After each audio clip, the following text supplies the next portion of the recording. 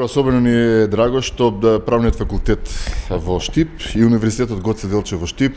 трета година поред се домаќини на деновите на симулирано судење, што представува особено задоволство во делот на промоција на правната мисла во Република Македонија, задоволство што ќе имаме можност и оваа година да ги удостоиме студентите од 5 правни факултети во Република Македонија. Тоа сме ние како домаќини Штип, правниот факултет во Скопје, правните факултети, тоа се државниот правен факултет од Тетово, правниот факултет од Југоисточна Европа и правниот факултет од Битола. Како и претходните 2 години, така и оваа година студентите ќе имаат можност после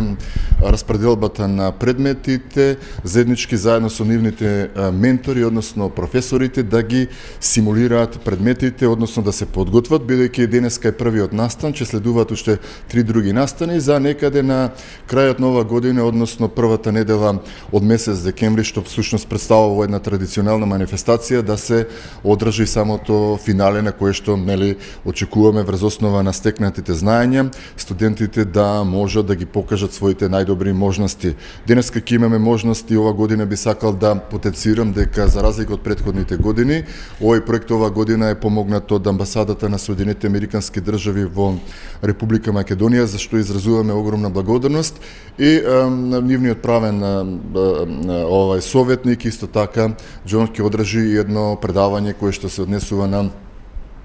сите оние главни аспекти на кривичната постапка, односно елементите на, односно акузаторните елементи кои што исто така ќе бидат од голема важност за самите студенти. Новиот закон за кривична постапка, кој што неколку години во имплементација во правосудниот систем ги покажа, би рекол, и добрите и лошите страни.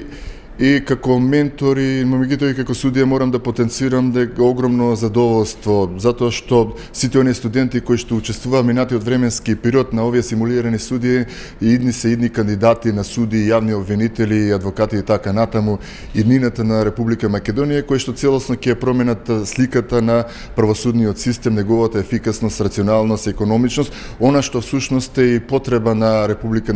Македонија.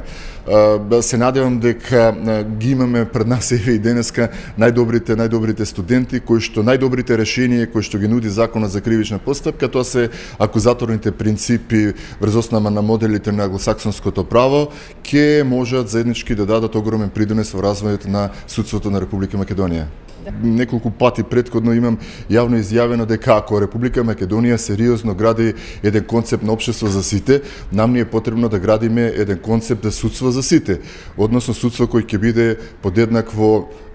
и пристапот до правдата за сите граѓани без оглед на нивната етничка, социјална, културна, општествена и било каква положба, меѓутоа и судство кое што ќе овозможи да ги гарантира правниот статус, односно правата на судиите. Судиите во Република Македонија дефинитивно во Република Македонија мора да сватат самите да ја побарат својата слобода, самите да ја побарат својата независност преку креирање на собствен личен интегритет, бидејќи единствен никој нема да ја обезбеди независноста, интегритетот и владењето на правото ако тоа самите суди. Да не очекува дека некој одвнатре или дека некој однадвор пред се меѓународната заедница ќе го обезбеди владењето на правото. Доколку за тоа не се изборат судиите, сигурно дека ќе биде многу тешко да се направи, да се стави црвена линија помеѓу извршната власт. Знаете, извршната власт секогаш и во секоја земја се обидува на било кој начин да има одредени влијанија заради собствените интереси и ние во особено тоа ако учествуваме во Република Македонија, затоа што секогаш кога се јавуваат